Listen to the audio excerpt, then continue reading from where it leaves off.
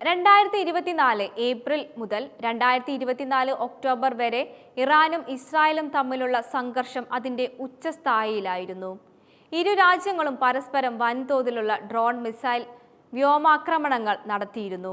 എന്നാൽ അതേസമയം തന്നെയാണ് ഇറാനിൽ കുറഞ്ഞ തീവ്രതയുള്ള ഭൂകമ്പങ്ങളുടെ ഒരു പരമ്പര റിപ്പോർട്ട് ചെയ്യപ്പെട്ടതും. ഇത് ഇറാൻ ഭൂഗർഭ ആണവ പരീക്ഷണങ്ങൾ നടത്തിയെന്നും ഈ ഭൂകമ്പങ്ങൾ ഭൂമിക്കടിയിൽ നിന്ന് പുറത്തുവിടുന്ന ഊർജം മൂലമാണെന്നുമുള്ള അനുമാനങ്ങൾക്ക് കാരണമായി. സമാനമായ ഒരു സാഹചര്യമാണ് കഴിഞ്ഞ കുറച്ച് ദിവസങ്ങളായി പാകിസ്ഥാനിൽ നിന്നും റിപ്പോർട്ട് ചെയ്യപ്പെടുന്നത്. പഹൽഗാം ഭീകരാക്രമണത്തിന് മറുപടിയായി പാകിസ്ഥാനെതിരെ ഇന്ത്യ ആരംഭിച്ച ഓപ്പറേഷൻ സിന്ദൂരിനെ ആണ് പാകിസ്ഥാനിൽ നിന്നും നേരിയ തീവ്രതയുള്ള ഭൂകമ്പം റിപ്പോർട്ട് ചെയ്യപ്പെട്ടത്. വെടിനിർത്തൽ പ്രഖ്യാപനത്തിന് ശേഷവും തുടർച്ചയായ ദിവസങ്ങളിൽ 2 ഭൂകമ്പങ്ങൾ കൂടി റിപ്പോർട്ട് ചെയ്യപ്പെട്ടിരുന്നു. 3 ദിവസത്തിനുള്ളിൽ 3 ഭൂകമ്പങ്ങളാണ് രാജ്യത്താകമാനം റിപ്പോർട്ട് ചെയ്യപ്പെട്ടത്. ഇതോടുകൂടിയാണ് പാകിസ്ഥാന്റെ ആണവ പരീക്ഷണത്തെക്കുറിച്ചുള്ള സംശയങ്ങൾ തലപൊക്കുന്നതും. ഭൂകമ്പങ്ങൾ പ്രധാനമായും രാജ്യത്തിന്റെ വടക്കൻ പടിഞ്ഞാറൻ മേഖലയിലാണ് സംഭവിക്കുന്നത്. മെയ് 12 തിങ്കളാഴ്ച പാകിസ്ഥാനിൽ 4.6 തീവ്രത രേഖപ്പെടുത്തിയ ഭൂചലനം അനുഭവപ്പെട്ടു. മെയ് 10 രാവിലെ തുടർച്ചയായി 2 ഭൂചലനങ്ങൾ അനുഭവപ്പെട്ടു. 4.7 തീവ്രത രേഖപ്പെടുത്തിയതിനു ശേഷം 4.0 തീവ്രത രേഖപ്പെടുത്തിയ ഭൂചലനവും ഉണ്ടായി. ഭൂമിശാസ്ത്രപരമായി ഭൂകമ്പങ്ങൾ സജീവമായ ഹിമാലയൻ മേഖലയിൽ ടെക്ടോണിക് ചലനമാണ് ഇതിന് കാരണമെന്ന് ഭൗമശാസ്ത്രജ്ഞരും കാലാവസ്ഥാ വിദഗ്ധരും പറഞ്ഞു. ഇത് ഈ മേഖലയിലെ ഒരു സാധാരണ പ്രതിഭാസമാണ്. എന്നാൽ പശ്ചിമേഷ്യയിലെ ഭൂകമ്പങ്ങളെക്കുറിച്ചുള്ള ഓർമ്മകളും ഈ ഭൂകമ്പങ്ങളും എല്ലാം പലതരത്തിലുള്ള ഗൂഢാലോചന സിദ്ധാന്തങ്ങൾക്കാണ് വഴി തിരിച്ചു വച്ചിരിക്കുന്നത്.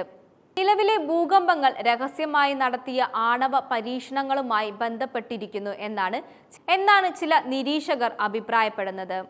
1998 മെയ് മാസത്തിലെ ചാഗായി കുന്നുകളിലെ പാകിസ്ഥാൻ നടത്തിയ ഭൂഗർഭ ആണവ പരീക്ഷണങ്ങളെയാണ് ഈ പശ്ചാത്തലത്തോട് സമാനമായി അവർ പരാമർശിക്കുന്നത്. അത്തരം പരീക്ഷണങ്ങൾ പലപ്പോഴും ഭൂകമ്പ സെൻസറുകളിൽ കണ്ടെത്താവുന്ന ഭൂകമ്പ പ്രവർത്തനങ്ങൾക്ക് കാരണമാകുന്നു എന്ന് നിരീക്ഷകർ അവകാശപ്പെടുന്നു.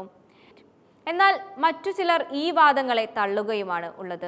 പാകിസ്ഥാൻ നടത്തിയേക്കാവുന്ന ആണവ പരീക്ഷണങ്ങളെക്കുറിച്ചുള്ള അവകാശവാദങ്ങളെ national centre for seismology director OV Mishra തള്ളിക്കളയുകയാണ് ചെയ്തത്. ആണവ സ്ഫോടനങ്ങൾക്ക് വ്യത്യസ്തമായ ഒരു രീതിയുണ്ടെന്ന് അദ്ദേഹം പറയുന്നു. ഒരു സ്വാഭാവിക ഭൂകമ്പത്തിന് 2 ഘട്ടങ്ങളും ആണവ സ്ഫോടനത്തിന് ഒരു പ്രത്യേക തൃതീയ ഘട്ടവുമാണ് ഉള്ളത്. ഒരു ആണവ സ്ഫോടനത്തെക്കുറിച്ച് ഉപരിതലത്തിലുണ്ടാകുന്ന പ്രതിധ്വനിയെ സിസ്മോഗ്രാഫുകൾക്ക് വ്യക്തമായി കണ്ടെത്താൻ കഴിയും എന്ന് മിശ്ര PTIയോട് പറഞ്ഞു.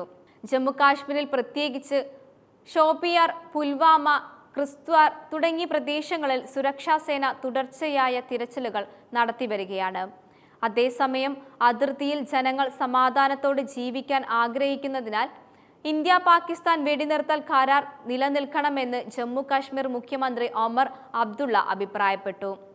എല്ലാവരും വെടിനിർത്തൽ തുടരാൻ ആഗ്രഹിക്കുന്നു.